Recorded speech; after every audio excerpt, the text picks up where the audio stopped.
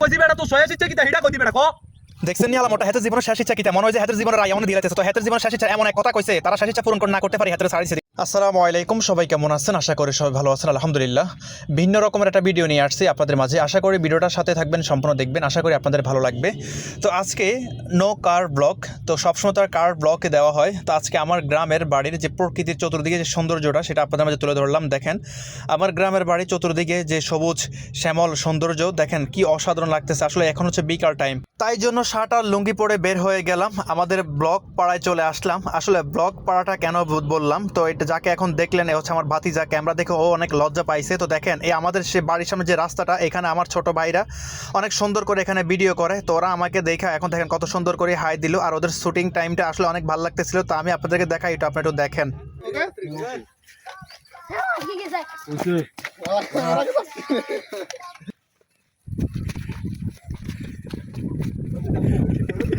তো ইতিমধ্যে শুটিং টাইমটা দেখতে পেলেন। হঠাৎ করে আমার চোখ গেল ধান খেতের মাঝখানে। আমি দেখলাম কি রে এটা কি বৈশা আছে, দেখতেছি একটা শানটা। আসলে কি শানটা না ভাবো ব্যাগ নিজে বুঝতেছি না। তো আমার গ্রামের প্রতিবেশী ভাইরা ওরা যেহেতু ব্লগ করে, তার মানে ওরা ফানি ভিডিও নিয়ে কন্টিনিউ কাজ করে। তো আসলে ওরা অনেক সুন্দর সুন্দর ফানি ভিডিও করে থাকে। তো দেখেন একজনকে ধরে বলতেছে ওর শেষ ইচ্ছা কি বল।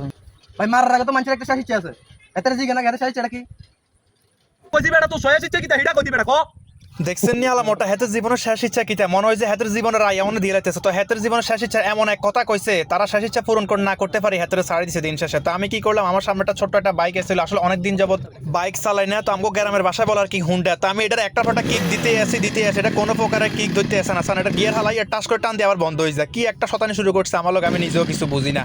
তো অবশেষে বাস হুন্ডা স্টার্ট ধরছে, তো আমরা টান দিতেছি, কি রে ভাই অতিষ্ঠ হয়ে যেতেছে হুন্ডাটার কিক দিতে দিতে, মনে হয় যে আমার লোক শয়তানি করতেছে। তো যাই হোক অবশেষে স্টার্ট ধরছে, তো আমি একটু চালাইতেছি। আসলে আমার কাছে মনে হয় আমি সাইকেল চালাইতেছি, আমার ধান খেতে ফালাই দিব মোটর সাইকেল, এমন একটা অবস্থা। তো যাই হোক ভিডিওটা আজকে পর্যন্ত, যদি ভালো লাগে অবশ্যই শেয়ার করে দিবেন আর পেজটা ফলো করে দিবেন।